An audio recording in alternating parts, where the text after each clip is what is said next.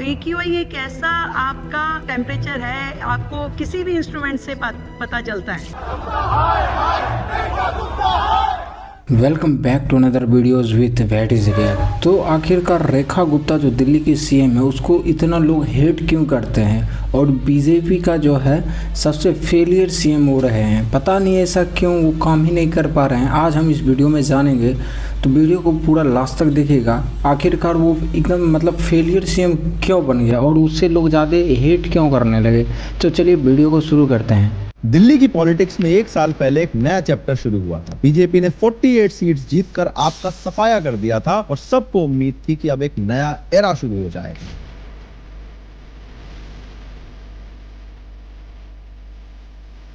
लेकिन जिस तरह से दिल्ली को चलाया जा रहा है उससे तो लग रहा है कि दिल्ली के लोग एक बड़े एक्सपेरिमेंट का हिस्सा बन रहे हैं। रेखा गुप्ता, एक ऐसा नाम जिसे एक साल पहले शायद किसी ने सुना भी नहीं था, फर्स्ट टाइम एमएलए बनी और फिर सीधा चीफ मिनिस्टर बन गई। परवेश वर्मा, जिन्होंने अरविंद केजरीवाल को उनकी सीट से हराया, उनको डिप्टी सीएम बना दिया गया। मनोज तिवारी और रमेश भिदुड़ी जैसे सीनियर लीडर्स को छोड़कर एक ऐसी लीडर को सीएम बनाया गया जिसको दिल्ली की जनता पहचानती तक नहीं थी। और अब एक साल के बाद दिल्ली वाले उन्हें पहचानते तो हैं, लेकिन for all the wrong reasons, memes के लिए, कंट्रोवर्शियल स्टेटमेंट्स के लिए और मिसमैनेजमेंट के लिए। एक महान स्वतंत्रता सेनानी, देश के योद्धा नेताजी सुभाष पैलेस। AQI एक ऐसा आपका टेम्परेचर है, आपको किसी भी इंस्ट्रूमेंट से पता चलता है। अब जब तक 70 साल से वो कर रहे थे EVM हैक तो कुछ नहीं हो रहा था, हमने कर लिया तो बुरा लग गया। मुझे नहीं पता कि जहाँ फाइल पे कहते हैं आप उठा लगा दो। तो आज की वीडियो में हम बात करेंगे कि आखिर क्यों रेखा गुप्ता दिल्ली की सबसे अनपॉपुलर सीएम बन गई, क्यों उनके स्टेटमेंट्स मीम मटेरियल बन जाते हैं और क्यों बीजेपी का ये गैम्बल काफी उल्टा पड़ता हुआ दिख रहा है। आइए देखते हैं।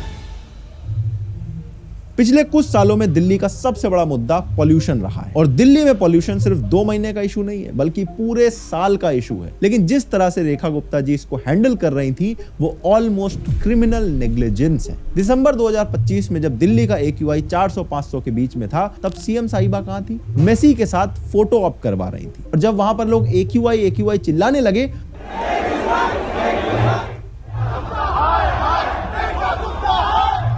तो शायद उन्हें पहली बार रियलाइज हुआ होगा कि हाँ भाई, पोल्यूशन काफी बड़ा इशू बन चुका है। अब देखो कि सरकार ने ग्रैप स्टेज 4 एनफोर्स करने में कितना डिले किया। ग्रैप यानी graded response action plan, pollution control के लिए कुछ मेजर्स होते हैं। पोल्यूशन अपने पीक पे पहुंच रहा था लेकिन इसके बावजूद सरकार ग्रैप 4 को डिले कर रही थी। Why have those GRAP 3 measures not been implemented? I think you have all wrong information with you. You need to update yourself, please. For my humble request to you, it is not me alone to decide GRAP 3. GRAP 3 is only implemented after some kind of AQ level, जब 400 के पार जाएगा तो।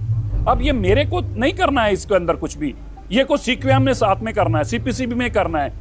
आप दिल्ली सरकार अकेले ऐसा कोई फैसला नहीं लेती। खुद सुप्रीम कोर्ट की बेंच को आके फटकार लगानी पड़ी, तब जाके सरकार ने ग्रैप 4 को इंप्लीमेंट करा। ग्रैप 4 में कंस्ट्रक्शन बैन हो जाती है, स्कूल्स बंद करने पड़ते हैं, ऑफिसेस को भी वर्क फ्रॉम होम देना पड़ता है। इसलिए जो इतने सारे बिजनेसमैन वाले लोग हैं, ये लोग लॉबी करते हैं पॉलिटिशियंस के पास में ताकि उनका काम ना बंद हो, उनकी कंस्ट्रक्शन डिले ना हो जाए और इसीलिए ग्रैप 4 को डिले करवाने का प्रेशर रहता है। और जब आम आदमी पार्टी के नेता AQI मॉनिटरिंग स्टेशन के पास जा जाके दिखाने लगे कि देखो बीजेपी की सरकार यहाँ पे पानी छिड़कवा रही है ताकि रीडिंग कम दिखे, तो सीएम जी ने क्या जवाब दिया? उन्होंने कहा कि हॉटस्पॉट पे तो पानी डालना ही पड़ता है ना। हॉटस्पॉट वो होता है कि जहाँ सबसे ज्यादा पॉल्यूशन होता है, ठीक है। सॉल्यूशन क्या है?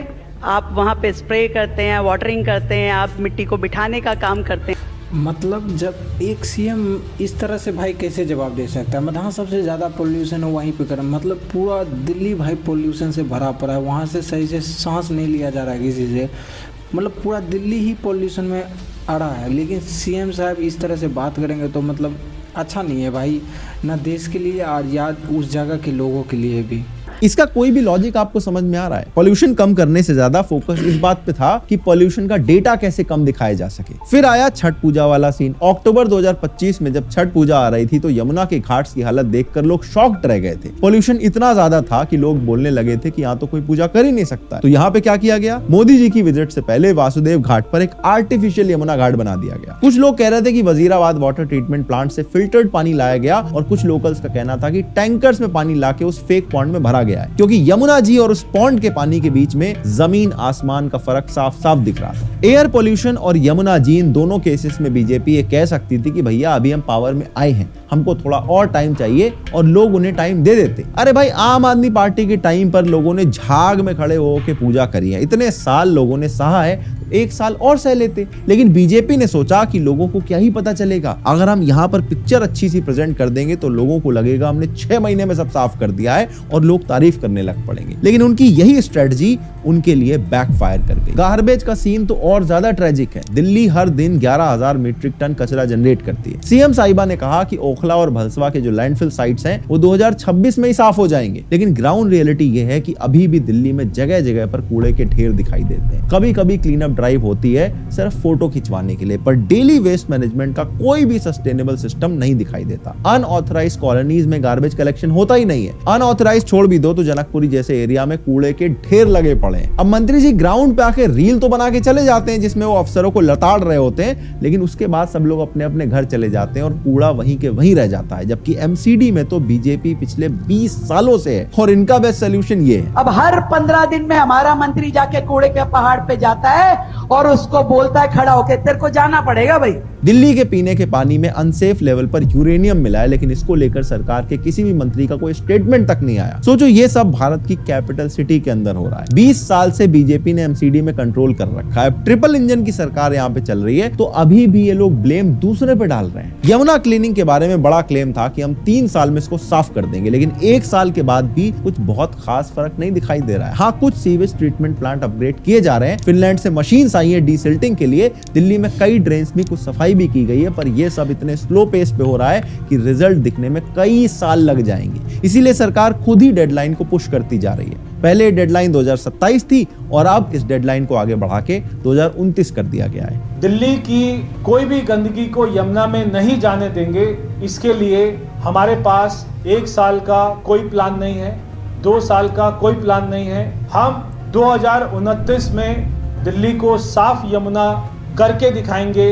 इनफैक्ट एक रिपोर्ट में पता चला कि एनजीटी ने आईआईटी दिल्ली को एक टास्क दिया था कि जो सीवेज वाटर ट्रीटमेंट के बाद यमुना जी में डाला जाता है उसको टेस्ट करके देखो कि वो डिसइंफेक्ट हो रहा है या नहीं। लेकिन आईआईटी दिल्ली के उस एक्सपर्ट पैनल को दिल्ली गवर्नमेंट ने क्रूशियल डेटा दिया ही नहीं, और ना ही एसटीपीज में जाने की परमिशन दी, और ना ही नोडल ऑफिसर असाइन किया। रोड्स की बात करें तो आपको ये इंसिडेंट याद होगा। दिल्ली में एक बाइकर की गड्ढे में गिरने से डेथ हो गई थी क्योंकि उसके अराउंड कोई सेफ्टी बैरियर्स नहीं लगे थे। मीडिया में जब ये इशू बना तो सरकार पे प्रेशर आया तो कुछ अफसरों को सस्पेंड कर दिया गया। इस एक्सीडेंट के 4 दिन बाद रोहिणी में एक आदमी ओपन मैनहोल में गिर के मर गया क्योंकि उस पे ढक्कन नहीं लगा हुआ था। ये क्वालिटी ऑफ लाइफ है हमारी राजधानी में रहने वाले लोगों की। सीएम साहिबा बोलती हैं कि पहले एक डिपार्टमेंट रोड बनाती थी और दूसरी खोद देती थी, तो अब क्या बदल गया है? अभी भी वही चल रहा है। रोड्स की हालत देख के लगता है कि जैसे कोई मेंटेनेंस होती ही नहीं है। और सबसे बड़ी बात यह है कि जब भी कोई बड़ा इशू आता है तो सीएम जी का रिस्पांस क्या रहता है? ये लेगेसी प्रॉब्लम है, पिछले सरकार ने कुछ नहीं करा, हम 1 साल के अंदर सब कुछ नहीं ठीक कर सकते। पर भाई,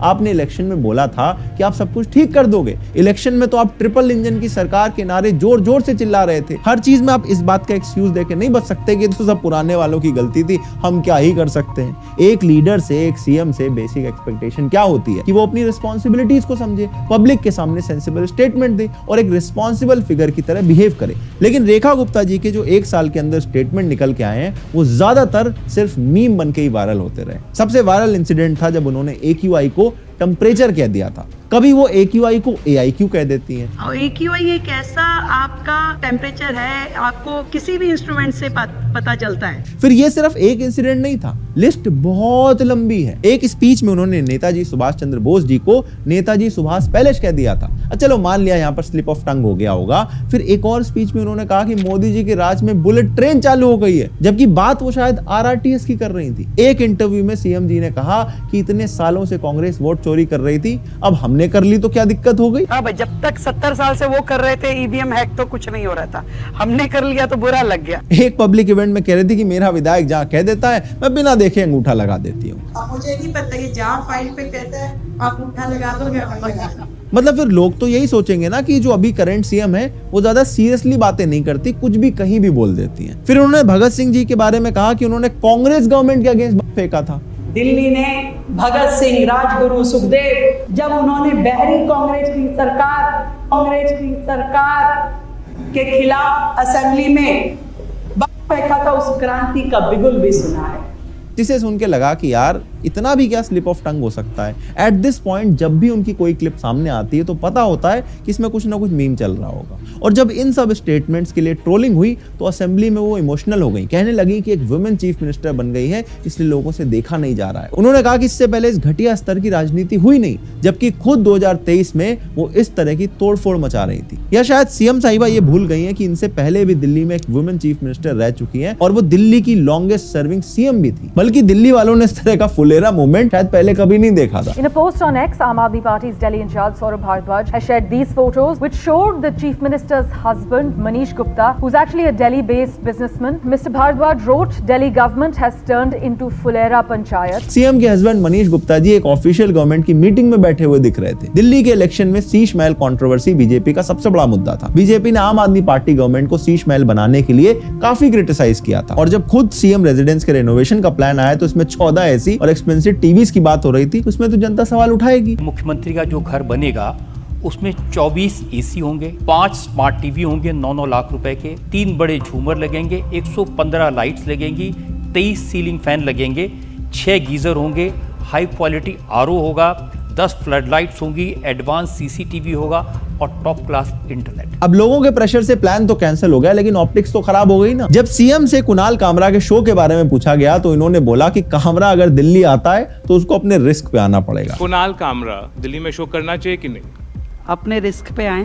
आप दिल्ली की चीफ मिनिस्टर हैं, आपकी रिस्पॉन्सिबिलिटी है कि आपके स्टेट में अगर कोई आए तो वो सेफली वहां से निकल के जाए। आप ऐसे स्टेटमेंट नहीं दे सकते जैसे मोहल्ले में खड़े होकर कोई भी बोल देता है। बेसिकली हर वीक कोई ना कोई कंट्रोवर्शियल स्टेटमेंट इनका आ ही जाता है और अब लोग एक्सपेक्ट करने लगे हैं कि इनका अगला स्टेटमेंट कब आएगा जिसपे और मीम्स बन सकेंगे। वैसे कंट्रोवर्सी से हटके अगर देखें तो रेखा गुप्ता जी के पास काफी सारे अच्छे आइडियाज हैं, पर आइडियाज होना और उसको इम्प्लीमेंट करना ये दोनों बहुत अलग अलग चीजें हैं। जैसे पोस्टर फ्री दिल्ली बनाना, ये एक जेन्युइनली गुड आइडिया है। दिल्ली में हर जगह पोस्टर चिपका के सब चीजों को एड स्पेस बना रखा है, बहुत गंदा लगता है। ये एक तरह का विजुअल पोल्यूशन है जिससे दिल्ली का जो एस्थेटिक है वो खराब होता है। सीएम ने अनाउंस किया था कि हम दिल्ली को पोस्टर फ्री बनाएंगे और उसके लिए सीएम खुद ग्राउंड पे दिख रही थी। पर आयरनी ये है कि उनकी ही पार्टी के पोस्टर्स और होर्डिंग कई जगह दिखाई देते रहते हैं। ये मेरे घर के सामने ये पार्क में लाइट लगी है और ये लाइट पोल सहित मैडम ने लगाई है। और सोचो ये पोल ना होता तो ये बोर्ड कहाँ लगता कि इतना बड़ा काम ये करा गया। ये डबल स्टैंडर्ड जब पब्लिक देखती है तो आपकी क्रेडिबिलिटी इससे गिरती जाती है। ओवरहेड वायर्स हटाने का भी प्रोजेक्ट इन्होंने अनाउंस करा था। अंडरग्राउंड डक्टिंग करके